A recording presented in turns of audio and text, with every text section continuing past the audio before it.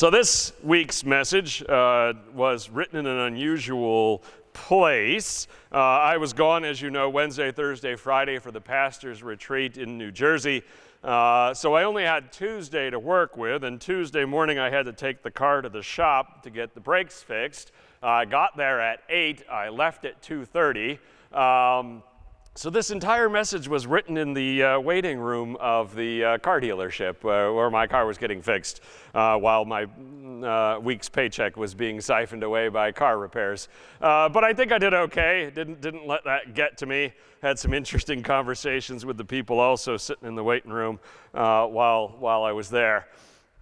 By way of introduction, this may not surprise you, but I'm making a connection to Tolkien. In his unfinished work, The Silmarillion, that his son Christopher edited and published after his death, the elven artisan Feanor chooses to lead his people into exile away from the blessed realm in pursuit of the great enemy Morgoth, who had just recently murdered Feanor's father and stolen his great work, the 3 jewels, the Silmarils. This journey that he leads them on is filled with hardships, tragedy, and betrayals. While in exile, the elves who followed him go on to build cities and kingdoms. They create art and poetry, but their quest is without final hope. They cannot defeat one so powerful as Morgoth. In the end, Morgoth, with the aid of his orcs and evil men and dragons, destroys each of these kingdoms one by one. On their own, the elves are in need of being delivered by God. And in Tolkien's writing, that relief comes when the Valar overthrow Morgoth. In our text today, Cain's descendants will far from being as noble and as fair as Tolkien's elves, they will likewise be on a journey to establish themselves on their own. One that likewise has no ultimate hope in the direction in which they're going. Let's take a look at Genesis 4, beginning in verse 17, which picks up from where we left off last week. It says, Cain made love to his wife, and she became pregnant and gave birth to Enoch.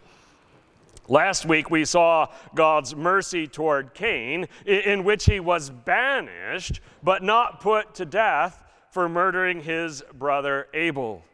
God also gave him a quote-unquote mark, and we talked about what that might have been last week, to protect him from others seeking vengeance for Abel.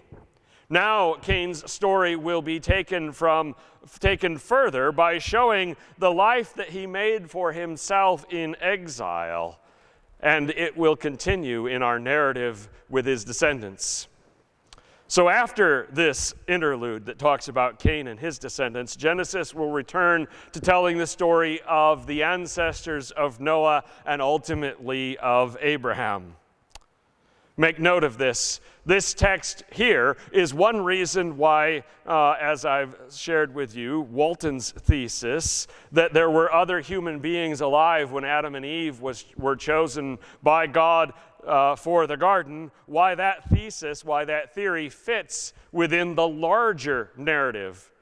The reason is simple. Where else would Cain have found a wife? The only alternative for the at least modern traditional understanding of Adam and Eve is that Adam and Eve's children married each other. But that interpretation doesn't have to be. It doesn't have to be so difficult unless we limit the text as is commonly done.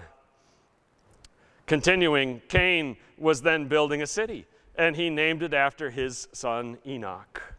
One theory about the mark that Cain received back in verse 15 last week is that this very city is itself the mark, which would make it a foreshadowing of the cities of refuge that will be set up under Joshua in the Promised Land.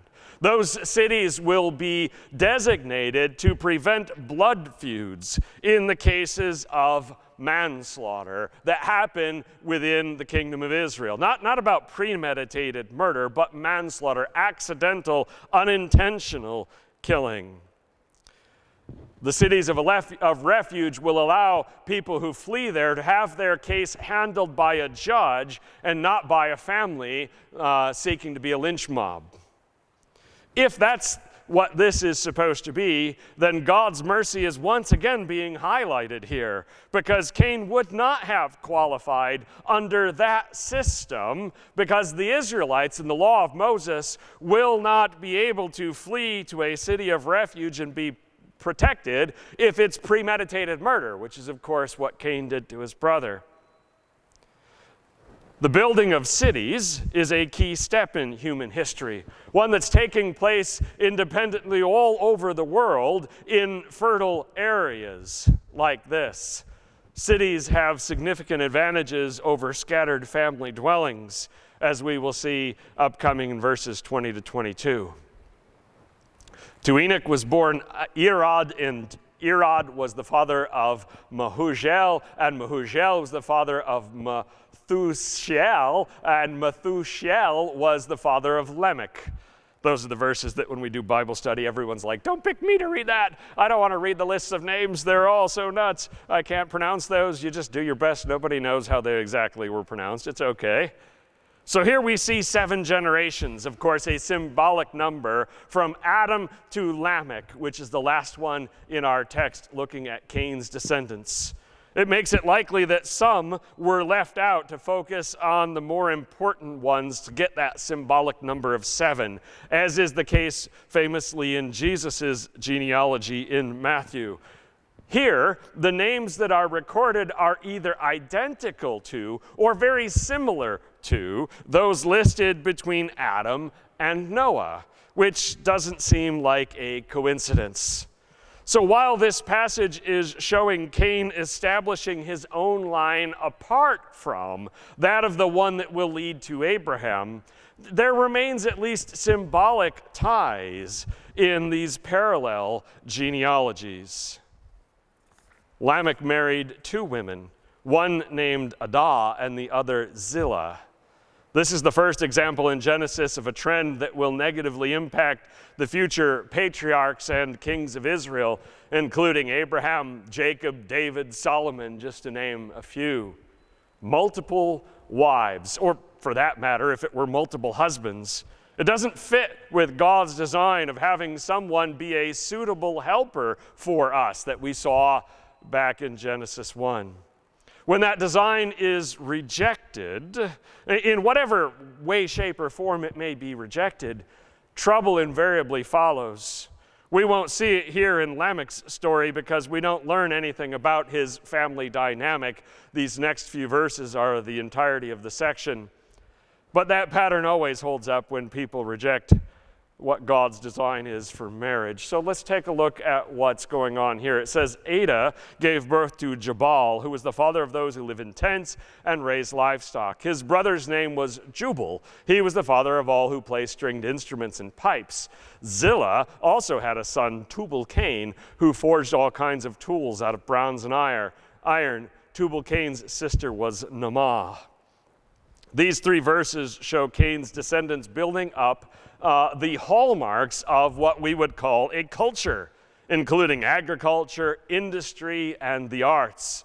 There isn't anything negative about any of these developments. They're the same developments that are taking place in cities around the world in this time period. They were made possible by the specialization that comes from larger population centers. When villages become towns, towns become cities. In other words, Cain's descendants were making at least a form of progress. They were developing. The question is, where are they heading? Where is this going? It's a short message today because the passage itself is short, and that determines how much I've got to say. This is the last part of it. Lamech said to his wives, Adah and Zillah, listen to me.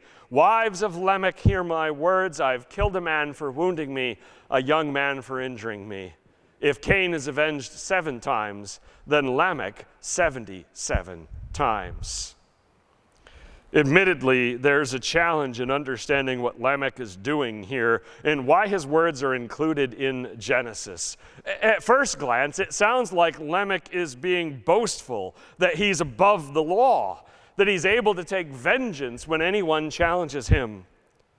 If that's the case, it would show us Cain's descendants leaning into his violent past and boasting that they're even more untouchable, like a crime family bragging that the cops can't get to them. But there's another way of pondering this text that fits well into what we know about the ancient Near East. That view would consider Lamech's words to be an example of the kind of case law that made up the systems of justice in the ancient world.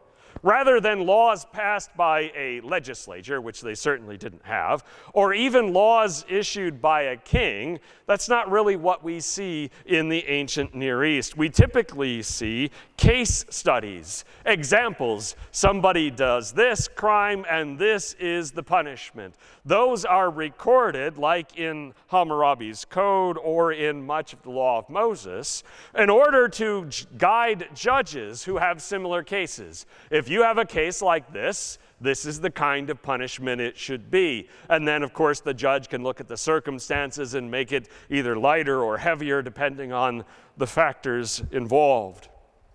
If that's the case, Lamech is describing an early version of the lex talionis, which is certainly just Latin for rules of such nature, which you would more commonly recognize from its use in Leviticus 24, 19 to 20, an eye for an eye, a tooth for a tooth.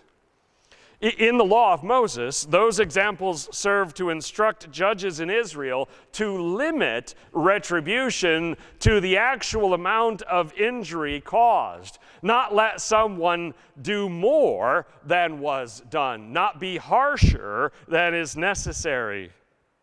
So it could be then that Lamech isn't boasting so much as he is proclaiming a type of self-defense doctrine.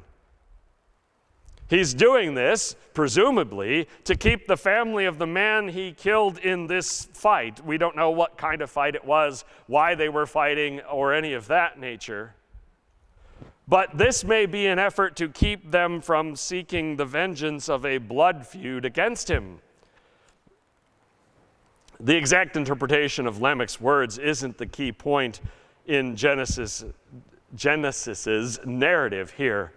This section's function is clear however we view Lamech's words, because this section is demonstrating to the Israelites many generations later, when Moses wrote this account, that Cain's descendants had gone their own way. They set up cities, culture, even a judicial system of a nature. So why would knowledge of that be of value to the Israelites? Why would they care about that? Now remember that the Israelites are Abraham's descendants. They're a chosen people that God singled out and gave a covenant to. First to Abraham, and then, if you remember in Genesis, along the way, from Adam to Abraham to Moses, there are many other branches that went their own way. First, we have Lamech going his direction. Then we will have Noah's two other sons, Japheth and Ham, going their own way. Abraham's first son, Ishmael, going his own way. Jacob's brother, Esau, going his own way. Each of these, and those are just the most famous and the better known ones, will not be the actual chosen line that will lead from Adam to Abraham to Moses. The text of Genesis will tell a portion of each of their stories, whether it's a good story or a bad story. We'll hear some of that story. But ultimately, the narrative will return once more to the line that leads to the 12 sons of Jacob, to the 12 tribes of Israel. So, for the first time in Genesis, we see humanity living apart from a covenantal relationship with God. We've not seen that before. Because we all are made in God's image, they have creativity. They make progress of various kinds. These things can come from our independent efforts, again, because we are made in God's image with those skills and those passions and those abilities. But what none of these paths will lead to, and that is the narrative function of each instance, none of them leads to redemption. None of their paths lead to reconciliation with God. For that it will only be the people to whom God's grace has been extended, to those chosen by God's love, to Abraham, ultimately to Jacob, to the tribes. And that's why Genesis keeps telling us about these other branches in the family tree that lead in those other directions. So what do we take from this? 3 thoughts of application to remember. Number 1, Cain's descendants were able to build their own city, culture, and legal framework, just as other peoples in the ancient Near East. Secondly, the line from Adam to Abraham to Moses has many branches, but only one chosen people with whom God made a covenant. Which leads us to this conclusion: whatever mankind builds and creates, what we all need most is redemption. And for that we depend, just as the Israelites of old did, upon God's grace.